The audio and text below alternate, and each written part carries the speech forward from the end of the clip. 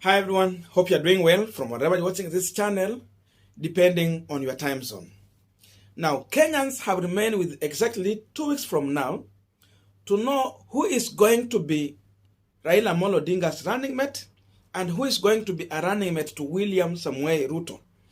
IEBC gave a deadline of 16th of this month. And as this is going on, Azimio will start search for Raila Odinga's running mate through interview on Wednesday of this week. That means starting from tomorrow.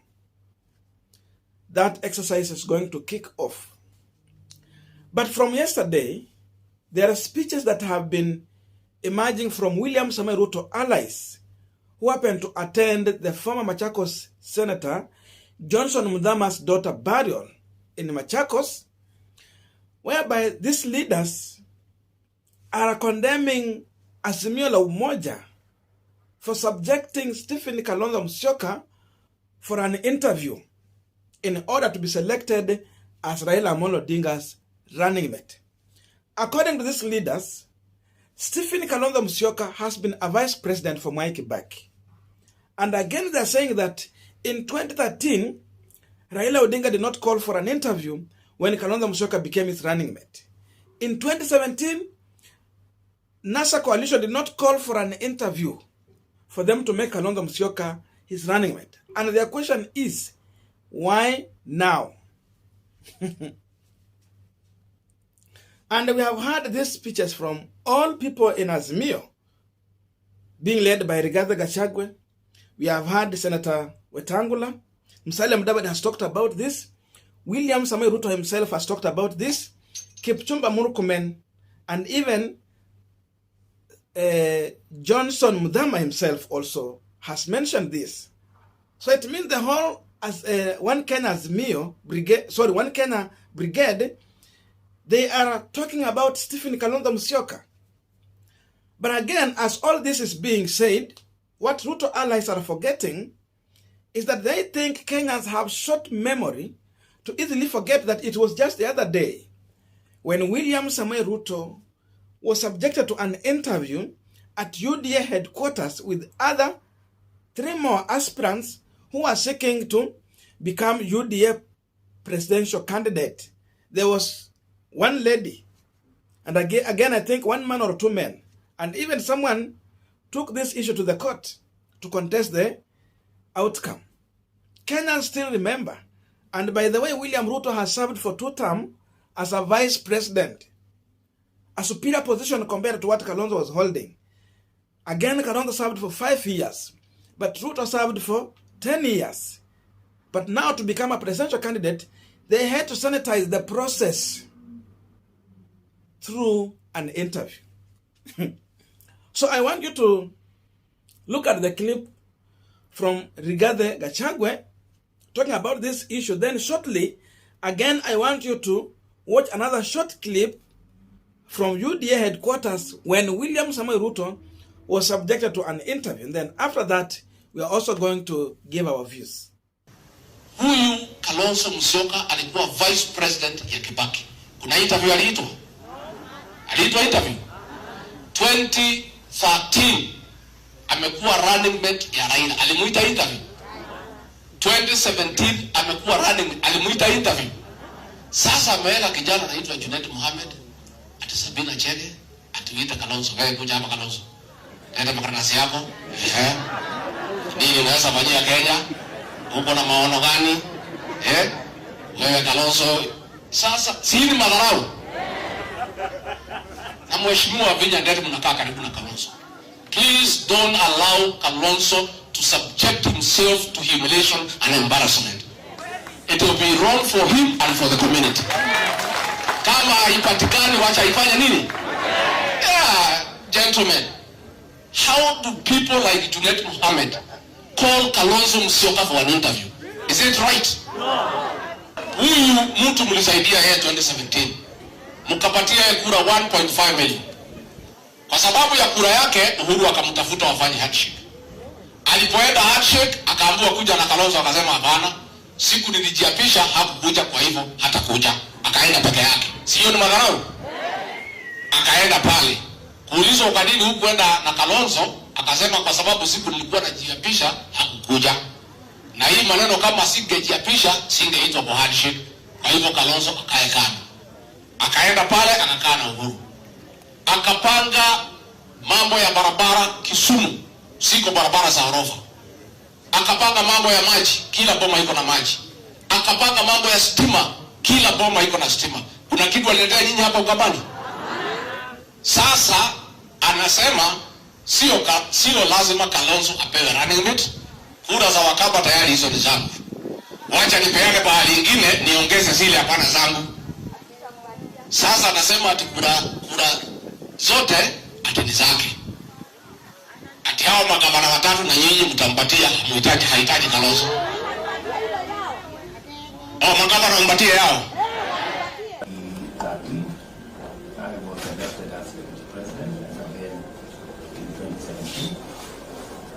That is the position I currently serve. I don't know whether you want me to say that. Now we all understand that Azimio la Umoja already have a preferred running mate, Raila Odinga. William Ruto running mate was selected long time ago. What you're hearing, interview and all those dramas, is just to manage the expectations and any fallout that might come. Forget about all those things. But the question we are asking ourselves, why is William Samoei Ruto allies much concerned about what is happening in Azimio rather than what they should be doing at their side? That is what we want to try and analyze here. But before we go deep into that, I have a quick request. You might be watching this channel, but you have not yet subscribed. So my humble request, please consider subscribing so that another time, once we release a video like this one, you will always get notified. Again, to all our channel subscribers, anyone who drop comment, I must say thank you so much for your unconditional support. Again, I'm requesting you to give this video a thumbs up so that YouTube can recommend our video to more viewers. Back to our discussion.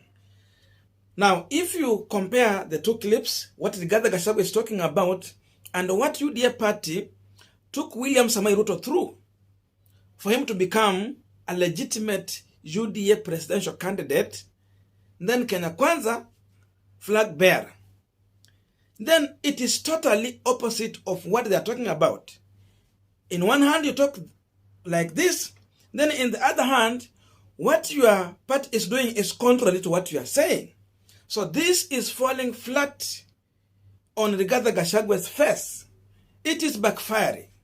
And Kenyans have been able to realize this. That's why they are sharing these videos out when Ruto arrived at UDA headquarters and when he was subjected to an interview. So Kenyans don't have short memories. They can remember, they can read what you're talking about, and they can connect the dots. And by the way, Azimio have put out the requirement for a running mate they are looking for, but there is something they have not talked about.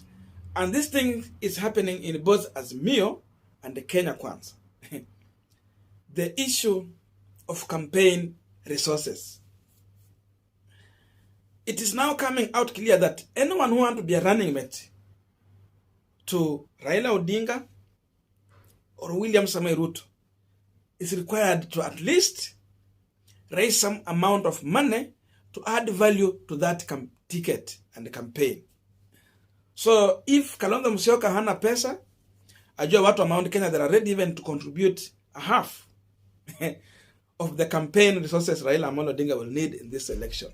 So it's not that much easy. Anyway, in our discussion, what Rigathi Gachagua, William Ruto, Musalia Mudavadi, Wetangula, and the team are trying to do, if you listen to what they have been talking about, definitely is to mislead Stephen Kalonzo Musyoka to refuse to go through an interview in Azimio la Umoja so that they can engineer a fallout between Raila Odinga and Stephen Kalonzo Musyoka.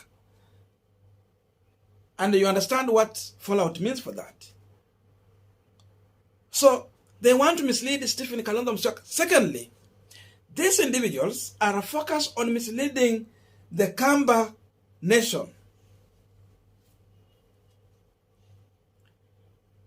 That they should not allow Stephen Kalonzo Musyoka to go through an interview such that Kambas, if Stephen Kalonzo Musyoka will not be selected as the running mate Raila Odinga, then these leaders definitely, they are going to whip the emotions of the Kamba community. And in return, these people are going to protest against Raila Odinga on ballot. That's what they're looking for. I don't know if it is going to work. I don't know if Stephen Kalonzo Musyoka will allow himself to accept to follow the direction these leaders are trying to tell him. So Rigathi Gachagua and the team, they are simply playing with the emotions of the people for Kamban region. They want to play with the emotions of the Wiper Party supporters. And their main game is to anticipate a fallout. I don't know if it is going to work. And again, Kenya Kwanza leaders, Ruto, Mudavadi, Wetangula, have been looking for a way to engineer a fallout in Azimio la Umoja, so that Kalonzo Musyoka will not agree to the process or results. Then in return, they want Kalonzo to join them on their side. That's why Muthama has been saying, nitaenda nibebe Kalonzo kwa mgongo na nimtoe kwa Azimio, nimulete huku kwingine. But the truth is that since they signed the agreement to form Azimio la Umoja coalition party, then even if Kalonzo gets out, definitely he cannot join any other coalition formally. Unless I want to campaign for Ruto, but without an agreement.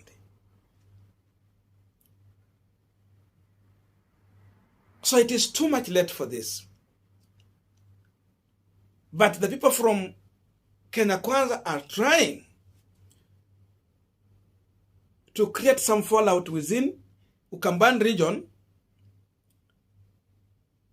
between Kalonzo Musyoka and his supporters, so that even Kamba people are going to lose the trust in having Kalonzo Musyoka as their leader. And in return, maybe they can just decide to start following Johnson Muthama. So that is the issues these leaders are looking for. That's why the noise is coming out, but again, it is falling flat on their face. I don't know what to think about this, but that is my view. So let us have a continuation of this conversation through the comment section. Otherwise, thank you so much for listening to me up to this far. May good God bless you, and see you in our next video.